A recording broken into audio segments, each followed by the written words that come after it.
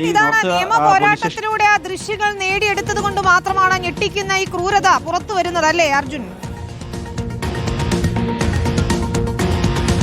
തീർച്ചയായും വിനീത, അങ്ങനെ തന്നെയാണ്. അതായത് ഈ സംഭവത്തിന് ശേഷവും പലതവണ ദൃശ്യങ്ങൾ ആവശ്യപ്പെട്ടു, പലയിടത്ത് പരാതി കൊടുത്തു. പക്ഷേ സ്പെഷ്യൽ ബ്രാഞ്ചിന്റെ അന്വേഷണത്തിൽ പോലും ഈ പോലീസ് സ്റ്റേഷനിലെ ജീവനക്കാരടക്കം കുറ്റക്കാരല്ല എന്നൊരു കണ്ടെത്തലാണ് നടത്തിയത്. അതിനുശേഷം വിവരാവകാശ പ്രകാരം ഈ ദൃശ്യങ്ങൾ ആവശ്യപ്പെട്ടു, അപ്പോഴും നൽകിയില്ല. അതിനുശേഷമാണ് ഇത്തരത്തിൽ കോടതിയെ സമീപിക്കുന്നത്. ഏതാണ്ട് ഒരു വർഷത്തിലേറെ നീണ്ട നിയമ പോരാട്ടത്തിനൊടുവിലാണ് ഈ ദൃശ്യങ്ങൾ ഇവർക്ക് ലഭിച്ചിരിക്കുന്നത്. ചെയ്ത കാര്യം ആലോചിക്കണം. അതായത് ഈ നോർത്ത് പോലീസ് സ്റ്റേഷന് തൊട്ടടുത്ത് തന്നെയാണ് ഇവരുടെ സ്ഥാപനം. ഈ സ്ഥാപനത്തിന് സമീപത്ത് ഉള്ള ഒരു കൂട്ടം യുവാക്കളെ പോലീസ് കസ്റ്റഡിയിലെടുത്ത് പോകുമ്പോൾ അതിന്റെ ദൃശ്യങ്ങൾ പകർത്തി എന്നാരോപിച്ചുകൊണ്ട് പിന്നീട് പോലീസ് ഇവിടെ വരികയും ഇത്തരത്തിൽ ബെന്നിനെ ഇവിടെ നിന്ന് കസ്റ്റഡിയിലെടുത്ത് കൊണ്ടുപോവുകയുമായിരുന്നു. അത് എന്താണ് എന്ന് അന്വേഷിക്കാൻ വേണ്ടി പോലീസ് സ്റ്റേഷനിൽ എത്തിയപ്പോഴാണ് ഭാര്യയായ ഇവർക്ക് ഇത്തരമൊരു മർദ്ദനം നേരിടേണ്ടി വന്നത്. മാത്രവുമല്ല, അത്തരത്തിൽ അവിടെ എത്തി ഈ കാര്യങ്ങൾ ചോദിച്ചപ്പോൾ തന്നെ പോലീസ് ഉദ്യോഗസ്ഥർ സിഐയുടെ നേതൃത്വത്തിൽ മർദ്ദിക്കുകയായിരുന്നു. എന്തുകൊണ്ടാണ് തന്റെ ഭർത്താവിനെ കസ്റ്റഡിയിലെടുത്തത് തുടങ്ങിയ കാര്യങ്ങൾ അന്വേഷിക്കാൻ പോയത് മാത്രമാണ് ഇവർ ചെയ്തത്.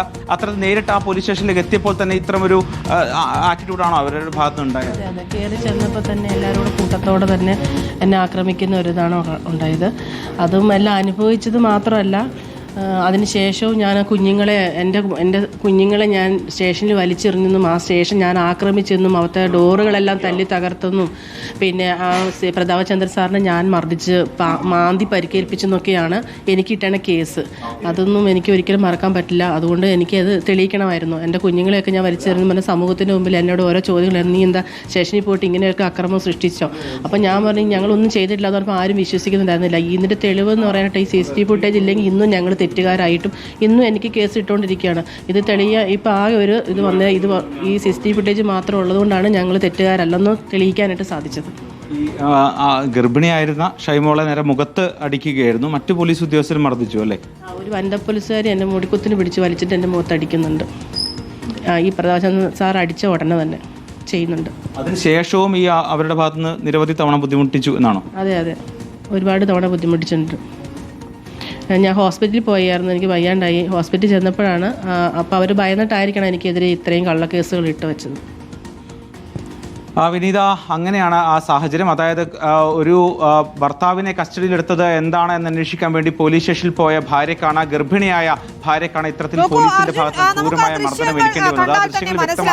സ്വാഭാവികമായും ഭർത്താവിനെ കസ്റ്റഡിയിലെടുത്ത സമയത്ത് ഒരു സ്ത്രീ അവിടെ എത്തുന്നു. കാര്യങ്ങൾ ചോദിക്കുന്നതിനിടയിൽ ഒരുപക്ഷെ ബഹളം വെക്കുകയും ചെയ്തിട്ടുണ്ട്.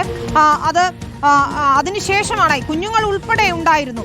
അതിനിടയിലാണ് ഒരു പ്രകോപനവും ഇല്ലാതെ ഇയാൾ അവരുടെ മുഖത്തടിക്കുകയാണ്. ലജ്ജിപ്പിക്കുന്ന സംഭവം, ഞെട്ടിക്കുന്ന ക്രൂരത എന്ന് തന്നെ പറയണം. ഇത്രയധികം ആളുകൾ നോക്കി നിൽക്കുകയാണ്. ഒരു ഗർഭിണിയായ സ്ത്രീയുടെ മുഖത്താണ് അയാൾ അടിക്കുന്നത്.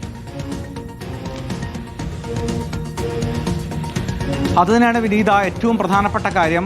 ഇത്തരത്തിൽ ഒരു കുറ്റവും ചെയ്യാത്ത ഒരാളെ കസ്റ്റഡിയിലെടുക്കുന്നു. അതെന്താണ് എന്ന് അന്വേഷിക്കാൻ വേണ്ടി പോകുമ്പോഴാണ് ഭാര്യയായ ഷൈമോളെ ഇത്തരത്തിൽ പോലീസ് മർദ്ദിക്കുന്നത്. ഗർഭിണിയാണ്, ഒരു സ്ത്രീയാണ്, ഇങ്ങനെയുള്ള യാതൊരു പരിഗണനകളും ലഭിച്ചിട്ടില്ല എന്ന് മാത്രവുമല്ല, ഇത്തരത്തിൽ മുഖത്ത് തന്നെ അടിക്കുന്നു. അത്തരത്തിൽ തിരിച്ചെന്തെങ്കിലും മറുപടി പറയുകയോ ക്ഷുഭിതനാവുകയോ ചെയ്യുന്നതിനപ്പുറത്തേക്ക് മർദ്ദനത്തിലേക്ക് പോകുന്നു. അവിടെ ഉണ്ടായിരുന്ന വനിതാ പോലീസുകാരടക്കം മർദ്ദിക്കുന്നു. അതിനുശേഷം അത് ചോദ്യം ചെയ്തപ്പോൾ അതിൻ്റെ തെളിവുകളൊന്നും തന്നെ നൽകാതിരിക്കുന്നു. അത്തരത്തിൽ ആഭ്യന്തരമായ അന്വേഷണങ്ങൾ അടക്കം ഈ പരാതി പറയുന്ന കാര്യങ്ങൾ ശരിയല്ല എന്ന രീതിയിൽ അവസാനിപ്പിക്കുന്നു. അതിനുശേഷവും നിരന്തരം കോടതിയെ സമീപിച്ച് കോടതിയിൽ നിയമപോരാട്ടം നടത്തിയാണ് ഈ ദൃശ്യങ്ങൾ പുറത്തു വരുന്നത്. ഇനിയും ഏറെ കടമ്പകളുണ്ട് എന്നാണ് ഇവർ പറയുന്നത്. പ്രത്യേകിച്ച് ഈ പ്രതാപചന്ദ്രൻ അടക്കമുള്ള ഉദ്യോഗസ്ഥർക്കെതിരെ കർശനമായ നടപടി വേണം എന്നതാണ് ഇവരുടെ പ്രധാനപ്പെട്ട ആവശ്യം. അതിലേക്ക് എത്തണമെങ്കിൽ സ്വാഭാവികമായും കോടതിയുടെ ഭാഗത്ത് കൂടുതൽ ഇടപെടലുകൾ ഉണ്ടാവേണ്ടിയിരിക്കുന്നു. അതിലേക്കുള്ള ഒരു പോരാട്ടത്തിലാണ് ഇപ്പോൾ ബെന്നും അതോടൊപ്പം തന്നെ ഷൈമോളും ഉള്ളത്.